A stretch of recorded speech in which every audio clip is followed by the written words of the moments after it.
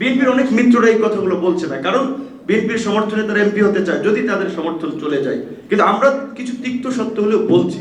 সর্বশেষ আমি যেটা বলতে চাই যে আজকে এই গণঅভ্যুত্থান পরবর্তী যে নির্বাচনটি হচ্ছে, ইতিমধ্যে কয়েকজন বক্তা বলেছেন, সেই নির্বাচনে গণঅভ্যুত্থানের অংশীজনরা সংসদে থাকার মধ্যে দিয়ে একটা ভাইব্রেন্ট যেন পার্লামেন্ট হয়, এবং সেখানে যেন আমরা আমাদের শাসনতন্ত্র, আমাদের পররাষ্ট্রনীতি, আমাদের জাতীয় স্বার্থ, নিরাপত্তা এবং বিশেষ করে রাষ্ট্রের গুরুত্বপূর্ণ মৌলিক ইস্যুতে যেন আমরা একটা জায়গায় একটা কনসেনসাসে থাকতে পারি, সেরকম একটা পরিবেশ তৈরি করা দরকার। এবং সেই দায়িত্ব অনেকখানি ডিপেন্ড করছে বিএনপির উপরে।